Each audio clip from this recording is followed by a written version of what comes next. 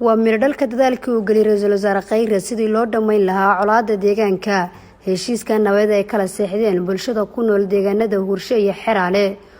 oo ay u dhaxaysay colaad dhiig badan ku daatay muddo 3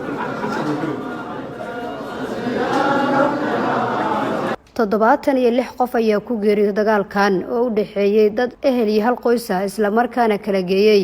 qoysas badan iyo walaalo waxaana heshiiskani ay kala seexdeen rajo farxad uu gelinaya dhammaan dadka deegaanka ee samaha jecel gaar ahaan hooyooyin ay wiilashoodii laba garab kala noqdeen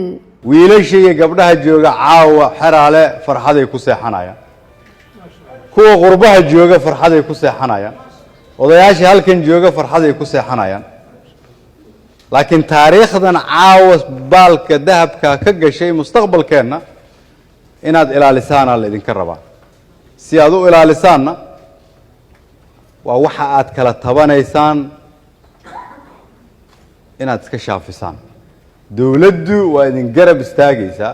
waa idin la shaqaynaynaa marka ugu dambaysa laakiin mas'uuliyadda ugu weyn oo qalbiga la isu furaayo la isu tanaasulayo la is jeclaanayo la is walaashanayo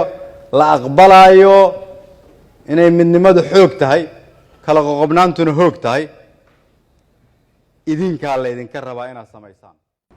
heshiiskan ayaa waxyaabaha ugu muhiimsan waxa kamid ah in la isku celiyo hantida maguurtada ah sida guryaha la iska haysto ee ku kala yaala Xeraale iyo Hurshe isla markaana la abuuro jawi nabdoon oo xoojinaya walaaltinimada iyo wada noolaanshaha dadka ehelka ah waxaana heshiiskan warbaahinta u akhriyay Dr. Cabdiraxmaan Baadiyo gudoomiyaha guddiga dib u heshiisiinta Galmudug hantida maguurtada ah in wixii hanti maguurta ah oo ka maqan bah ina afrax oo ku yaala Xeraale ama meel kasta oo deegaanka kamid ah loo celiyo sidoo kale saddexda jufo ee kala ah Muuse Fiqi Umar Fiqi Bah Maxamuud ee Xeraale ku hartay in wixii hanti maguurta ah oo ku maqan Hurshe iyo meel kasta oo deegaanka kamid ah loo celiyo taas waxa way hanti celin hantida aan maguurtada ahayn in wixii hanti guurtada ah saas way hanti guurtada ah ee la kala haysto la geliyo wada hadal marka la cadeeyana la isku celiyo odayaasha labada dhinac ayaa heshiiskani soo dhaweeyay isla markaana ballan qaaday inay dhaqan gelinayaan waxaan ugu bishaaraynayaa oo uga farxinayaa haddaan nahay beesha reer Fiqi Maxamed oo Xeraale waa heshin maanta waxay noo tahay annaga farxad aad u weyn marka koobaad farxadaas aan qabno ilaahay ayaan uga xamdinaynaa marka labaadna waxaan iyadana uga xamdinaynaa ra'iisul wasaaraha qaranka Soomaaliyeed iyo dawladda federaalka mudane ra'iisul wasaare dadaalkaagii damacaagii iyo isku daydaagii wuu mira dhalay intii ku dhibtootay intii xalkan intii raadinayeen garaafana kala gaartay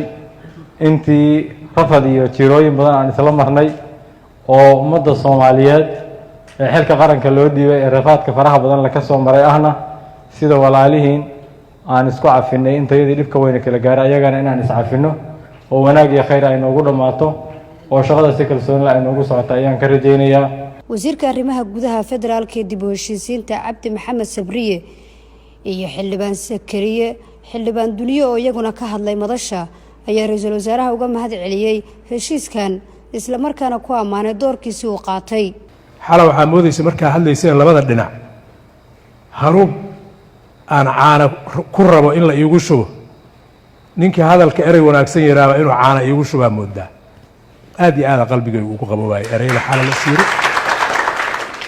waxaan marka koobaad u mahad celinayaa doorka weyn oo uu ka qaatay ra'iisul wasaaraha qaranka in uu noo hirgalo heshiiskan aad iyo aad ayaan ugu faraxsanahay caawa heshiiska meesha ka dhacay dadka muddo ka soo shaqeeyanahay laakiin ilaahay baa mahad u sugnaatay caawa waxa ku guuleystay Xasan Cali Khayre xukuumadda nabad iyo nolol dadkaas maanta in guryahooda lagu celiyo in heshiis loo kala saxiyo in dibadejin loo sameeyo dhibaato xun baa soo martay barakac baa ku dhacay qax baa ku dhacay samafal bay u baahan yihiin marka heshiiska aad iyo aad baan u soo dhaweyn. Ra'iisul Wasaaraha Xukuumadda Federaalka Soomaaliya Mudane Xasan Cali Khayre ayaa ballan qaaday in dowladda Soomaaliya ay qaadayso doorka kaga aadan hirgelinta qodobadan lagu heshiiyay nabadeed si loo xoojiyo wada noolaanshaha reer Xeraale iyo Hursho oo ah dad walaalo ah. halkan caawa halkan markaad ku gaarteen maadan ugu heelina Xeraale maadan ugu heelina mustaqbalka caruurtiina maadan ugu heelina dan gaar ah laakiin waxaad samayseen taariikh cusub oo iftiimaysa oo baal dahaba ka geli doonta taariikhda dalka Soomaaliyeed hadii Ilaahay dawladnimada la idin sheegayo waa intaas waa inaan ku dhiirano inaan aqbalno dhibka nagu dhacay qalbiga u furno xalka isu dul qaadano raadino wax walba